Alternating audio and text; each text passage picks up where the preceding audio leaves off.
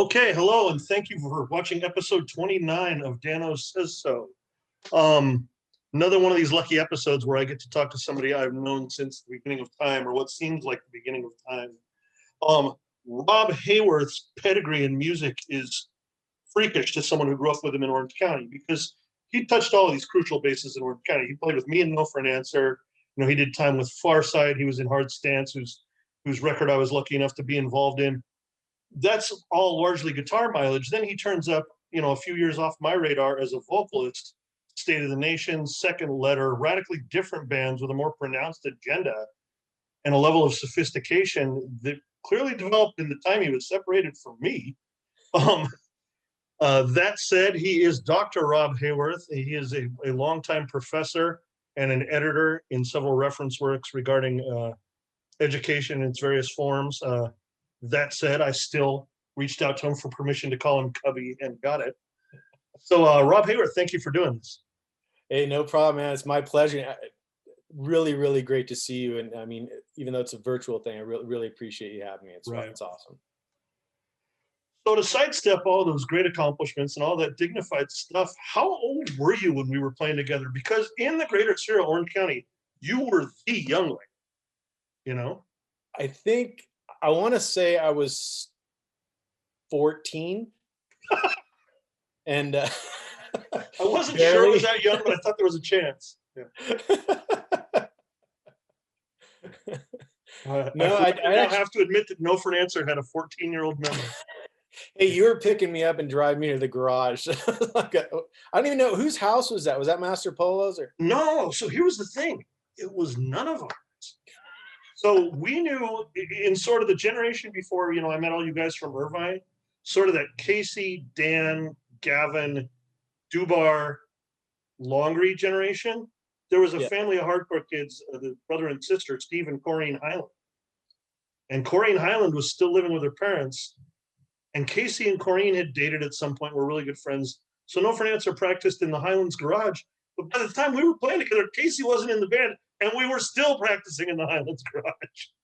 That's so funny. Because I remember just pulling into that, like, garage is open, we're ready to play. I'm like, oh, this is awesome. And I grew up very blue collar. To me, it was like borderline mansion. They're like, yeah. And there were refrigerators full of candy and shit. Yeah. Yeah, don't forget the struggle. Don't forget the streets, Rob. Exactly. Yeah. Struggle's real. Right. Was Hard Stance the first time you played with your brother? No, I actually played, and you'll laugh at this. This is a crazy story. So I was up in Northern California, and I was playing. My brother and I were playing together, up in actually Napa Valley, and we started getting together with this drummer, this guy Dez, and then this other guy Justin, who later on became, I don't even want to go into it, but he became one of the Nazi skinheads on I think it was Geraldo or one of the shows or whatever. Oh yeah. Oh yeah, and so it was awful. So I'm glad I wasn't around him during that time, but we were called Disengage, and it was just and we actually ended up playing down in Southern California, and we played with the sort of prior version of Hard Stance, which was called Discrepancy. And I'd forgotten all about that. Yeah, and we played at UCI. We played out at UCI, and that's where we started, hanging out a lot more and just meeting everyone. We already knew, Eric and Mark knew Zach somewhat, and so it was like we kind of already had a sort of affiliation with each other. Just a matter, we were living in Northern California with my dad at the time for a bit, so. So I ended up coming back down here. Mark started playing with Hard Stance, and then I started playing with you guys because I was like, I want to play, and so it ended up, there's a couple other things I tried to start or whatever, but it was really mostly just like you, and then it's stepped into Hard Stance, and from Hard Stance, your original Farside, yeah. Yeah, I started Farside. That's the thing. People get all weird about that. It's like this, and there's two things. And I want to, make sure that's straight. With Farside, I started that from scratch. Like, I got Bob together. I got it's Josh first was the first bass player, and then we actually tried out Popeye. Mhm. And it's a funny thing because we had there's this like tape recorder, and we were like taping it like during practice to hear his vocals and stuff to try out. Mhm. And the tape actually stayed recording, and we started talking, and he left the room to talk about, like what was going on and what was happening. He needed to leave the room so we could talk about, do we want him in the band? And so we ended up talking to each other, and it's still recording. He took the tape home and listened to the tape, like, and us going, he's awesome. This is great. He's in the band, So it's like this really kind of interesting point of, while Bob's drums were all over the place, he actually had a rope around his bass drum because it was such a piece of crap that it was like, it's all over the place. And so Right. it was, and so that's basically how we started that, that band. And then on top of that, then I played with Inside Out originally too, with Sterling, and it was in the original lineup with that. And Well, so, that's the thing for that era. I mean, in a lot of these interviews, it comes up. The thing was so much smaller, and there was so much cross pollination in the '80s and in the early '90s. Yeah, The people often they want to call bullshit on things. You are a prime example of somebody who was basically moving in a 10-foot concentric circle and still touched all of those bases.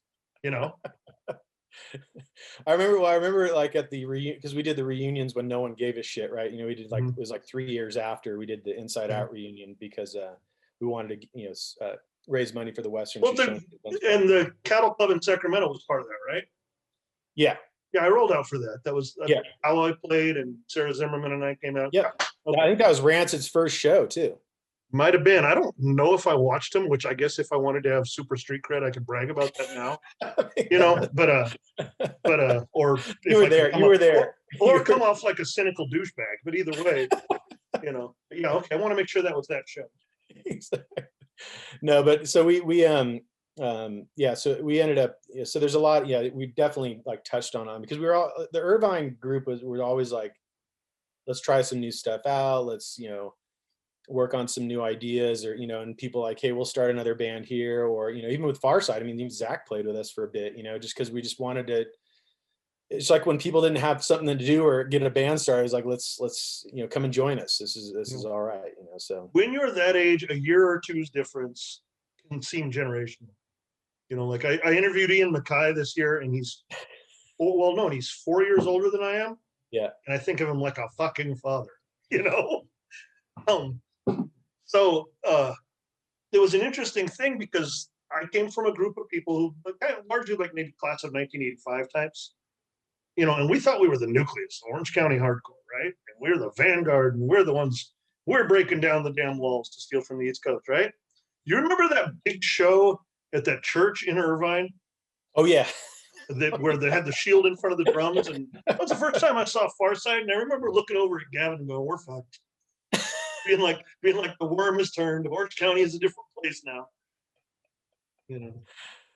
It was, we definitely, I mean, and that was the thing, is like, I just, I wanted to do something different and try something out and see where it went. And and to me, punk rock is about that. It's like, hey, I'm just going to try something else. I don't really care. And at that time I was listening to, I think, Kusker Du 24/7. So it's like, I just wanted to, and I think Bad Religion in my head was just like, and I was like, I want to just do something like that. I want to combine these sorts of things together. I was a really huge Mold fan. So when you start hearing like acoustic guitar and distorted guitar, I was like, whoa, this is crazy. How's he doing this? What's going on here? Right. So I really wanted to push some boundaries on that and kind of push my songwriting. I mean, I learned how to play Pretty Vacant by the Sex Pistols from Timmy C, the bass player from Rage, when I was 10. So I remember somebody buying a bass rig out of his garage. Yeah. When we were all back then. And I remember the first time seeing video of Rage, I was like fucking Irvine, man. Who would have thought? So, but then, it's like I learned how to, play rhythm from Zach, and I mean, he really taught me songwriting and understanding, like just conceptualizing, songs, and so, and that's kind of where I then, as soon as I found some of that stuff out, I really took off for myself, at least, to try to figure out some ways to do some different projects and stuff like that. So that's been fun. Let's talk State of the Nation, because you turning up as a singer with a pronounced social agenda was an eye opener for me in a good Me way. too. Maybe, in one way, it made me wonder why I always had such a condescending perception. Now I feel forgiven because he was 14. You know. But anyway, first off, it's fantastic work. No, thanks. All of the stuff, all of the stuff post that early Orange County phase, I've been very impressed with. But tell me about the space between and about sort of the nature of that mission. With State of the Nation, it's kind of crazy because, and I'll be perfectly honest, we were just talking about Vic Bondi, Right. and I moved out to Salt Lake City because it was right after actually I got back from Europe with Rage, and I was just hanging out with them, and I needed to figure out, do I want to go to school? What do I want to do? And so my brother goes, "Hey, come out here and we'll hang out and you can go to school here at University of Utah." And it's like, okay, great, let's check it out. So and on top of that, like I'd already gone to Salt Lake a bunch of times because I played in that band Insight Did you? bass for Okay. yeah, just for one summer when I went on tour with them. I think it was 1990. I was still in Farside, but I The reason I remember left them is I just believe for they the played the sound. 411. Yeah, yeah, definitely. Um, and so I came out to Utah, and my brother just hands me this Jones Very CD, and he just goes, "Dude, you got to check this out." And I'm like, "Okay." So I listened to it and went, "Oh shit, I gotta. This is on a whole nother level for me, like in terms of the intellectual sort of aspect, but also just the sheer rawness of it, and I could never do it justice, but I mean, I just really liked what he was trying to do vocally and as well as musically. And I think it all came together with some of the projects on that, and even Alloy too later on. And just and um and so for me, like that really resonated with me to kind of build State of the Nation around that type of, kind of, it wasn't fast, it wasn't like crazy, it was just like it was rock, but it had some, some other tunes to it and trying to push little boundaries here and there. And and so that's a sort of summary of like, and of course I was also listening to everything I could conjure up with Bob Mould, and try to figure out like what was happening with that, and going, oh my god, I love all this, and try to fuse that together. And I think that's, and really playing with my brother was a whole nother, my brother's bass playing is, it's not because he's my brother, he's a great bass player, Do you so still play it upside down? yeah. And it's funny because there's bass lines on some of those songs that you can't really do playing the other way. Really? It's Okay. it'd be very difficult to play. So people get a little weird, like, how did you do that? That's kind of weird. So, but yeah, so so that's kind of like where it was State of the Nation. And then for me, I just wanted to figure out, what kind of politics I wanted to work towards and really work on some, for me, it was like doing a sort of melodic, sort of kind of punk rock stuff, but having it really kind of drawn out with that sort of. I mean, I really love the song by History to Diane, and just like that, just driving, just like slower, like just whoa, Okay. that's crazy. But it just sounds just beefy, and so the last song on that album was just, I mean, it's basically for me like a rip off of that. So it's like on the second album. So We'll call it the sincerest form of flattery. yeah, exactly. Um, by that time, and I'm thinking what you're describing to me is that sort of 94, 95-ish? And not bothering to do the math on your age, but were you approaching or had you begun your career in education? Hadn't touched it really. I actually by that time I had finished probably about. I was still going on tour. Like I used to get W's all the withdrawals all the time at University of Utah because my brother would be like, "Hey, we're going on tour." I'm like, "What? We're halfway through the semester. We're screwed." He's like, "No, we got to go." And I'm like, "Okay, cool, we'll go." And so I really didn't kind of conjure anything up. I was substitute teaching sometimes, and then working with pretty mostly in group homes with people with special needs, and so I ended up going, okay, what am I going to do? And so I started taking some education classes right before we stopped playing, and and I ended up going, okay, well, I wanted to start another band though after that, because my brother was gone. He started working in the music industry and stuff like that. And I ended up just going like, hey, I want to try to start another band. So I did start another band, this band called Ludlow. Okay. And we didn't put anything out. And just basically we played, it was actually, um, yeah, we moved to LA. We played a bunch with Bluebird. We played a bunch of shows like, all the time, actually, yeah, I played a bunch of times with them and other bands out there. And we just kind of like, just wanted to do it full time, right? Just full I blown. have a question for you. And I Yeah. don't mean to interrupt. You're making me No, think no, of something. no. But is that a band that you ended up putting a great amount of time into and were extremely passionate about? And the record not being there, does it bother you? Kind of, yeah. Yeah. I mean, I, I I mean, have I have one of those.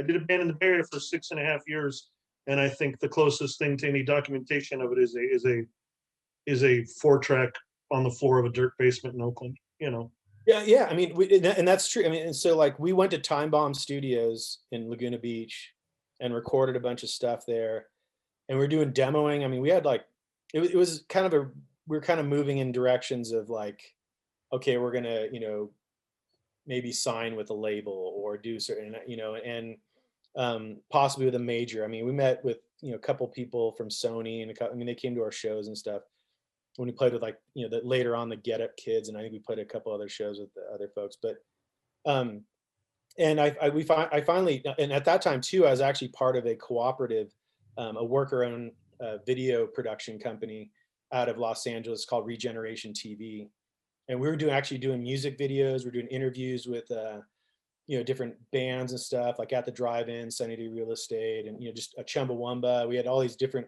really great, and had music videos people could watch. But it was right the cusp of, it was 97, 98. So the Real Player, people were like still on dial-up. and Right. and so Okay. it's funny, we put on a show with DJ Shadow and Cut Chemist, and we tried to do like a 5 camera angle, like live stream using Real Player, and the thing just crashed out, and it's just like people were all pissed off, and so we ended up putting it out as a DVD. But it was like, we did all that stuff, but we were on the cusp of doing some really cool things. Like we wanted to get kids involved in politics, so we're like really doing interviews with different bands.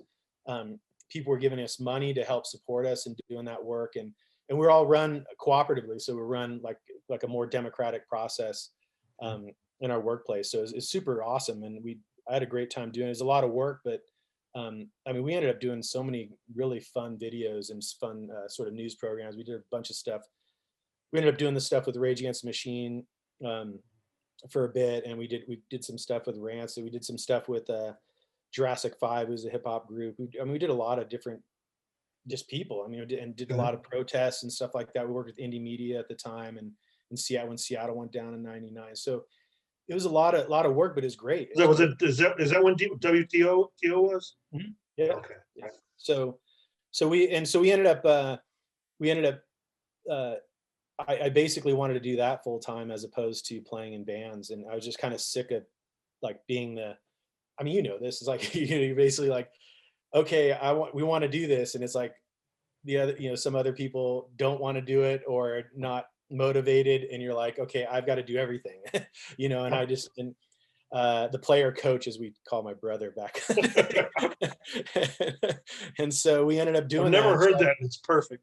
Yeah, player coach. You've contributed to my personal lexicon now. I remember yelling at my brother on tour. I think we were in Europe or something like that. I'm like, fuck you, fuck, just yelling in his face, and he's just that stoic 6'4", just like, get in the van. And I'm like, I go, I hate you. I was so frustrated. He's like, don't you get mad? He's like, just get in the van. We're going. And it's like, so we always, and of course, other band members go, whoa, that was crazy. I'm like, no, that's just brotherly love. I was going to say, they grew up in the same fucking house. Exactly. So, but anyways, so I was doing Ludlow and that at a time, and we have some demo stuff. I mean, someday I might look at working on getting out, but I wish we had, like, I wish we would have been working with someone. Like, I really, with Second Letter, this last album, I mean, working with a producer just was a whole I mean, like a real producer was like a whole game changer. Well, why don't we get there and then we'll circle back a little bit on politics and on education. Because when you and I were messaging this week, you said that the process to get the second letter record done involved some serious gymnastics and no small amount of Dropbox, right? Oh man, I've never, because so I hadn't done anything. I did my doctorate. I had to basically, and then I was doing academic work just all the time. That was it. And I wasn't focused on music. And so I was sitting in my basement in Pennsylvania, and I'm like, okay, I've got all my guitar stuff. I've got this new little box that I can basically plug my guitar into, and keyboards and other things. I'm like, shit. Okay, I'm gonna try this out. So I basically said, I'm gonna first off, I need to start play to click track because I know that I'm not a drummer. I can't play drums or shit. So I need to, I mean, later on I'll find a drummer. So I'll put some fake drums in there, whatever, of thoughts that I wanted to go through. So I started doing all, like I played the piano, I played keyboards, I sang on it and just did all these sort of demos of songs. And I ended up running into Jim Kimball, Homegee in Salt Lake City. He was actually living in New York, and he was playing with Ian Love's band. I can't remember what they were playing, but in Philly. And I went and saw him, and he's like, "Hey, what are you doing, Cubby?" I'm like, "Hey, I'm just writing some songs in the basement." He's like, "Well, just send me over some." And I'm like, "Okay." So we ended up talking at Sense Ups. He's like, "Dude, this is crazy. This is really good stuff. I really want to, I'd love to play bass on it and stuff like that." And I go, "Okay, well, let's try to figure something out." So I sent him the files up to his place. He went in the studio and basically played some bass lines on it. He had another guitarist up there that like played better than I could because of my hands and stuff like that. I'm not playing as well, but I could write the songs and play the rhythm parts of it. But we ended up started playing with this other guy, and we're like, well, we don't have a drummer, and so all of that came back. So I've got this array of different hodgepodge of bass and fake drums and piano and my vocals and other things on there. And I, of course, write my brother, and I go, I need a drummer. I need a drummer. He's like, "Oh, we're gonna get Pete Moffat." I'm like, "Wait, whoa." Like, slow down there. Slow down. Government issue, that'll do. Well, government issue is like, Jay Robbins, all that stuff. It's like, he won't want to play with me. This is, I mean, these are decent songs, but there's that guy's on a whole nother level. So he goes, no, I'm going to email him now. He emails me, CCs me on. He's like, "Hey, my brother needs a drummer." I'm like, and I'm shitting my pants literally because I mean, he's an icon for, especially for growing up. And he's like, "Sure, I'll do it." And I go, "Holy shit." So I send him the songs over. I think I've met Pete once. I met him years ago at one of the clubs in LA when he's playing for Wool. And I gave it to him, and he goes, "Oh, I'm going to go into the studio and I'm going to go play drums on it." And I go, "You're kidding me." And so he sends it back. Like, I didn't even know what he was going to do. I mean, I was like, I had some ideas of what was happening, but he's like, he heard the song and put it together. He goes, what do you think?" And so he did like 3 songs at the studio, and I had not even been in the same studio with him just because it was on a click track. And he basically sends it to me. I go, "This is insane. This is absolutely amazing." And so he goes, "Well, let's continue doing some work. You have some more songs?" I go, "Yeah, I totally do." So, and then on top of that, I was going over to a studio in Pennsylvania where I was at. It's actually a barn. It's called Noisy Little Critter. And basically I found a keyboardist, right, to play keyboards for the stuff, Corinne Smith. And she was awesome. She's like, and I actually was just going to hire her to play better than I could on it. So, Okay. and she goes, "I love these songs." And I go, "Really?" Okay. She's like, "Can I continue playing?" I'm like, "Yes, absolutely. You can play with us." So I ended up working with her. And then we played a couple times with another guitarist. And actually on the album, well, we're actually going to, because Pete was, he works for a kind of some big pop artists or whatever. And so he was gone for a while, and we were going to have someone else. So I ended up calling Chuck, and and then working with Fred Mascarenos, who did some guitar work on it too, and basically said, okay, well, let's work on that. And then so I finally go like, I need to find some. If we're gonna do a band thing, I got to find everyone, you know, on the same page. Or whatever. So Pete goes, I'm in. You know, the bass player at that time, you know, Jim was like, I'm in. And then Corinne, who was playing in another band, goes, hey, this other guitarist. He ended up actually, he's from LA and he lives in Philly and he grew up in the hardcore scene too. He's younger than you and I. And he's like, I'd love to play guitar for you. Like, I got news. He's a lot younger than I am. Yeah. Two different groups. Go on. No, he is. He's definitely a lot younger. Hey, I wanted to age us properly. That's all right. But anyways, we started basically doing the Dropbox thing all the time and just putting ideas back and forth. I mean, there was a time where like we wanted this like guitar solo thing, and I'm working with the producer, just sitting there going, okay, what are we gonna do? And we're working on this thing. And finally, I call up our guitarist. I go, listen, can you put something together? And all of a sudden, it's like within a half hour, he puts in exactly what we've needed and what we wanted.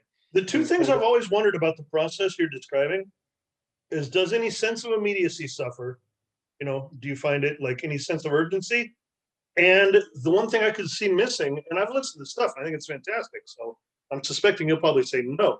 And then the other thing is that real-time dialogue in the studio, where sometimes you come up with your best ideas on the fly. Yep. That's something that I could see being the absence of that is something I could see being a challenge. Yeah. So the second half of the album, we actually were able to do the bass, drums, and scratch guitar in the studio. Okay, so like circle back. Yeah, so we're able to just kind of just do that, and then we just were able to do some things. But the thing is just I found it, I don't know, more liberating because I could spend some more time with it. Because you know, I mean, for you, and you know, when you go in the studio, you're like, okay, we got time here. This is how much money we're costing, and you're sitting there going like, you know, what am I going to do? So for me, it like helps me and all of us kind of hone in what we want to do for the work. But you're right in terms of some of the things, you lose a little bit of that spontaneity or that work that you're trying to like, hey, I want you to try this on this. And and I think that's something that definitely is missing for the sort of live production of it. But in terms of having people all over the different states and stuff, I mean, Pete was in DC, Chris and Corinne and I were in Pennsylvania near Philly, and then our bass player was in New York. And then we ended up getting another bass player who ended up being in DC. But still, you're having these you're trying to work with all these working parts, and it was really like, it was an eye opener for me, but it's also liberating because I was like, I want to do something before. I guess I was like, hey, I want to put out an album before I'm 50, and basically, you know, I said I got a lot of ideas, and I just started putting it together, and we ended up just saying like, let's do it. And we ended up playing, you know, our last show was opening up for Jawbox and stuff like that. So it was really an enjoyable time. I'm going to address three things that you've delivered in the past 15 minutes. First off, you had to get something done before you were 50, and you told that to a 53-year-old man who's still recording his best stuff. Absolutely. Also, I heard somewhere in there, someone from the cream of the artistic crop comfortably referring to you as Cubby. That's mine as well. I gave you that nickname. And on a far less indulgent front, and I'm just trying to make you laugh while I get around to asking this question and getting my stomach up for it, you kept referring to your hands, right? Yeah. And I know what you're talking about and sort of the restrictions and the troubles and challenges you were facing. But I mean, you know, I follow your life to a certain extent, and I didn't know about this situation. So could you tell everybody what I'm talking about? Yeah. I mean, I was diagnosed with MS. Let's see, I think I was about 30. And it was, you know, I ended up having, you know, basically what we call optic neuritis, where you basically, part of my eye I couldn't see out of. I'm like, what's going on? I thought something was actually in my eye. Okay. And I ended up going to the doctor, and then I ended up going to the neurologist and doing an MRI, and they said, hey, you have 6 lesions in your brain, and you know, and you have MS, you know. And I go, oh shit. So so I ended up going, okay, what am I going to do? I definitely, at that time I was teaching high school, and I went from basically, you know, being this very animated person in class and talking to sitting in my desk giving a lecture or talking to my students, and because Wow. my level of my energy level is just completely off, and it still is today. I mean, I have to take naps. I was gonna say, I know so little about the disease. I mean, just to make a complete mockery of my knowledge, what I know I've learned from watching The West Wing, my understanding is there are different types and different levels of severity, but I mean, Right. So I'm actually I'm progressive. Like, so basically I may look like everyone's like, oh, you look fine. Look at, I go, yeah, I'm good at hiding it. Right. I'm actually really okay. good at hiding it. So, All right. and I've learned over the years of how to kind of piece it together. And I think for me, at least, MS is really kind of, it's fucked my life up a lot, just because I've, there's things that I can't do anymore. The balancing, the sort of thing. There was a time, like right before we stopped playing, I mean, our other guitarist had to play this other part because I just couldn't do it. Wow. Part of it, I get hand tremors, and it just seizes up, right? So, and part of that is like when you start having the deterioration of of your brain, right, in terms of some of your brain matter, it starts basically. I look at it as like a, well, perfect musician metaphor. So MS attacks the myelin around your nerve endings. So think of Okay. it as a guitar cord or a mic cord. So all your nerve endings are inside of that mic cord, the rubber All right. around it. Sure. Okay. And so your body is saying that rubber around the mic cord is actually a foreign substance, and basically we need to attack it. And so your body attacks those nerve endings, and Okay. over time, of course, it starts deteriorating. So, that's the sort of thing that when people are like, oh, now I get it, because they're like, because they get the mic cord thing and the guitar cord thing. So it's the myelin around your basically around your nerve endings is being attacked by your and that's why it's an immune deficiency, right? Well, might come off as kind of an odd question, Yeah. but I like these types of things. I interviewed a wrestler, and the thing I wanted to talk to her about the most was what it was like to break her neck. So here I am being morbid, but you appear to carry this particular cross with rather extreme grace. Was that a process? Sort of wrapping your head around it and developing some degree of emotional acceptance. Was that difficult? I think I still am. I mean, it's like, Really? Okay. I think I still am dealing with it. And uh it's when you're based at 30. I mean, even at, you and I, 30 probably, we're like, hey, I'm invincible. I can still do, I mean, It's actually at the height of my being a gym rat. Yeah. yeah, there you go. So same with me. I mean, I was still in shape, and and I had kids at the time too. So at that time I had kids, I had twins.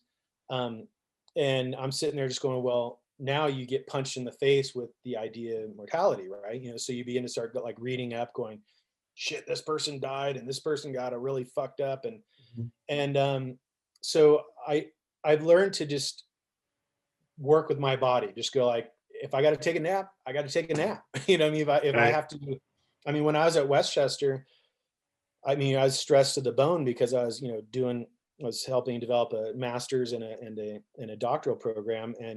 You and I Uh, talked about that off camera, but this is Westchester University he's referring to. yeah, yeah. And so like, I would just basically shut my office door and take a nap Wow. because it feels like, imagine if you're going through like an episode, or you're feeling the fatigue of it. And that's sort of the bottom line of what MS does to you. Imagine taking like 150-pound, maybe even 200-pound bag of potatoes and putting it on your back. I'm And going you to trying skip to, that. yeah. And you walking around like trying to trying to like try to navigate the world. And Yeah, so, Rob, fuck all that noise, okay? Yeah. hey, you get buff at it, right? Well, it is awfully kind of you to share that situation. Given the level of discourse and your level of personal achievement, I find it pretty inspiring, but it was on you whether or not we go there. So thanks.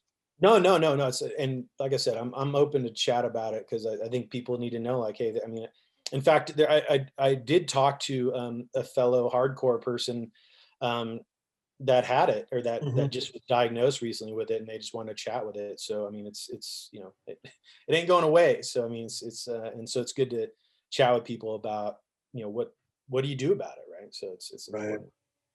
Listen, in there, you talked about how it affected your career in academia and your situation at Westchester.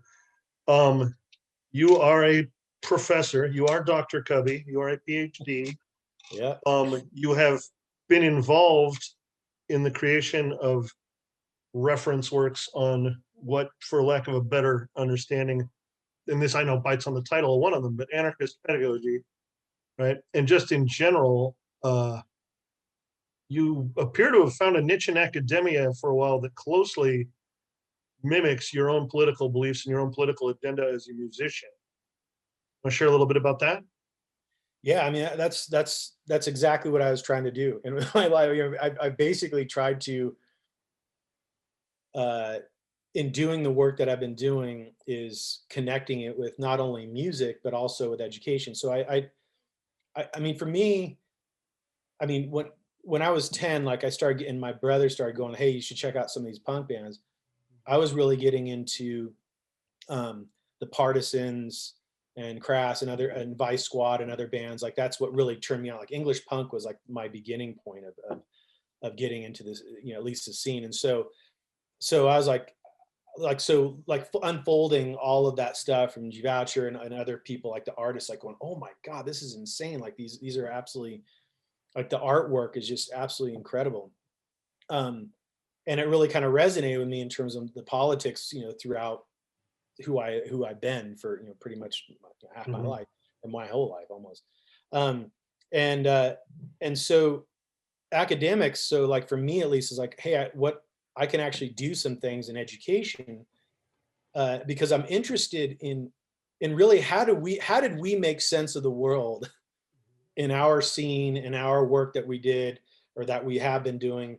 And for me, it's like an informal learning process, right? I really enjoy like how people are making sense of the world in those different sort of locales, right? And Mhm. so, and that really resonated with me. For me growing up, like, hey, I learned about social studies in high school, but I was learning about Reaganomics and how great it trickled down, economics were, and how great Thatcher was. I mean, all this sort of crap that we know that is bad. Right. And well, how did I, well, in school, I was learning like this was the gospel, right? And so when I got at it, or when I was in punk rock in the scene, you go and have pamphlets, you're reading flyers, you're doing all this stuff and going, whoa, El Salvador, Nicaragua, all that stuff you start learning through punk lyrics, right? Mhm. And I'm thinking off the top of my head, was that Not So Quiet, that Maximum Rock and Western Roll? Front. Yeah, on the Maximum Rock and Roll comp, where they had a song about El Salvador. Let's go to El Salvador. I think it's and talking about that, and then one of my shows that I saw in back east in DC, listening to Beefeater, talking about Reaganomics, so I mean, you begin to start seeing, like, for me, the connections between my formal learning and how I distance myself from that, and my informal learning and how I embrace that. Right. And I really and I think that's something to be said, is like some people embrace the other side, or some people moved on and said, I don't, that's not for me. I need to, kind of join the mainstream. And for me, it's like I've always been like, fuck it, like this is what I want to envision, something different, right? I want to reimagine the world in different ways. And part of me, for getting a PhD, was putting a language to it, right? Theorizing the possibilities and those ideas to help me better understand what I was actually trying to think in my head. Um, so that was helpful for me. And so I ended up doing a lot of work in cultural studies, meaning like subculture, like writing on punk rock and writing on anarchism and those sort of things, because I thought that was something that was really interesting for me, especially even some of the students that I was working with at the time in Northern California. I was working with some of the crusty punks that were in my school at the alternative high school that I was at, and just like chatting with them and kind of trying to understand, like, hey, are they kind of going in the same direction that we were trying to look at in terms of changing the way we I operate don't in the know world? about now, but without the Bay Area in my life, without Northern California in my life, I'm a completely different human being. It, for most of my adult life, has been the brain of the Western United States. Yeah, So what you're saying makes perfect sense to me. yeah. I mean, think about it. It's like, for what you put out in terms of your writing, in terms of your own I think the larger perception of like who you are and like what you stand for and those things came about after that, like even more so. I think even like, I mean, in terms of, and I You're think talking now, about me specifically. Yeah, yeah, I would say my work is more accurately influenced by those years, but more remembered for the years before that, yeah, which for me can be extremely frustrating. But Crimea River, it got me to Europe. You know? exactly. Got you here. No, and so that's, I mean, that's really, I mean, for me with anarchist pedagogy is like, I want to find examples of educational practices around the world, right? That are doing really amazing things outside of the sort of state and outside of the sort of formal sort of practices that we have in our everyday society. And for me, they're more inspiring than, let's say, the everyday practices of mundane school, which I didn't really want to go to anyway. So Did your value system and sort of the expectations, the institutions you were working at, was there ever conflict? Was there ever pushback? yeah, I mean, I had to hide my when I as I'll not name the institution, but when I was at one of the institutions, I actually had to hide my work Really? because of the backlash from some of the people in my department were horrific. I mean, just really, really bad. And so I basically, in many cases, had to hide some of the work and just go like, and kind of, I guess, soften it up in terms of when I was talking about it to people, so they wouldn't freak out. Um, and and sometimes I go, is that a sellout? I go, well, I had to keep my job for my kids, but it's like on top of that, it was a difficult time. It was actually pretty depressing. You know, I I mean, work in a corporate sports bar. I think you're going to be okay.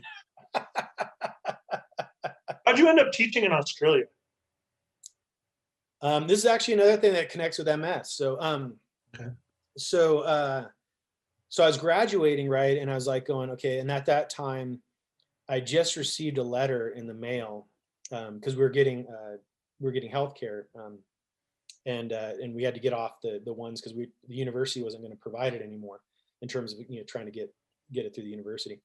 And so I ended up going, and this was Blue Cross Blue Shield. I'll name them. Um, they basically said, and it was a form letter, right? So it was just like this: congratulations to my wife and my kids for getting on Blue Cross Blue Shield, and there's actually a rubber stamp, prior history. Right. It should have been on a punk, like, Right. You should have prior. used it. And Yeah. so they actually had, it was crooked too. It wasn't even straight. It was like prior history. Someone rubber stamped that thing Right. and said, sorry. And Dr. Haworth at that time was like, you cannot get healthcare because of your prior history. And I just went, holy shit. Like, what am I going to do?